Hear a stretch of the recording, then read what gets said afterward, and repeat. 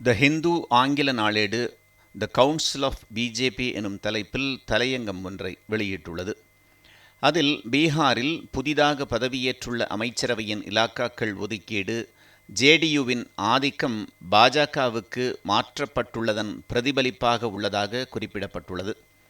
சட்டமன்ற தேர்தலில் பாஜகவுக்கு அடுத்தபடியாக ஜேடியு 2ஆம் இடத்தை பிடித்த போதிலும் அக்கட்சியின் தலைவர் நிதிஷ்குமாருக்கு முதலமைச்சர் பதவி அளிக்கப்பட்டுள்ளதாகவும் இத்தலையங்கத்தில் தெரிவிக்கப்பட்டுள்ளது.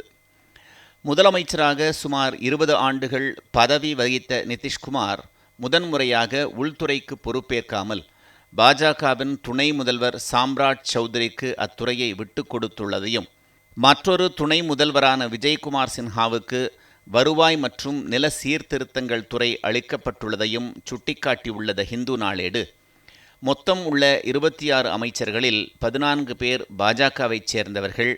சுகாதாரம், சட்டம், சாலை கட்டுமானம், நகர்ப்புற மேம்பாடு மற்றும் விவசாயம் உள்ளிட்ட முக்கிய துறைகள் பாஜகவின் கட்டுப்பாட்டில் உள்ளதாகவும், இதன் மூலம் அரசு நிர்வாகத்தில் பாஜகவின் கட்டுப்பாடு மேலும் பலப்படுத்தப்பட்டுள்ளதாகவும் தெரிவித்துள்ளது. தேர்தலில் பாஜகவுக்கு கிடைத்துள்ள கூடுதல் பலம் நிதிஷ்குமார் தனது கூட்டணியை மீண்டும் மாற்றிக்கொள்வதற்கான வாய்ப்புகளை குறைத்து விட்டதாகவும் த ஹிந்து தலையங்கம் தெரிவித்துள்ளது. நிதிஷ்குமாரின் உடல்நிலை பாதிக்கப்பட்டுள்ள நிலையில் பாஜக தனது எதிர்கால நோக்கங்களை கவனமாக திட்டமிட்டு வருவதாகவும், பாரம்பரியமாக ஜேடியுவின் ஆதரவு தளங்களாக உள்ள மக்களிடையே ஊடுருவ தேவையான சாதிகளின் கூட்டணியை பாஜக உருவாக்கி உள்ளதாகவும் தெரிவித்துள்ள த ஹிந்து, சிறப்பான திட்டமிடல் மற்றும் நிர்வாக சூழ்ச்சிகள் மூலம் பீகார் அரசியலின் மையப்புள்ளியாக பாஜக தன்னை நிலைநிறுத்திக் கொண்டுள்ளதாகவும் தெரிவித்துள்ளது.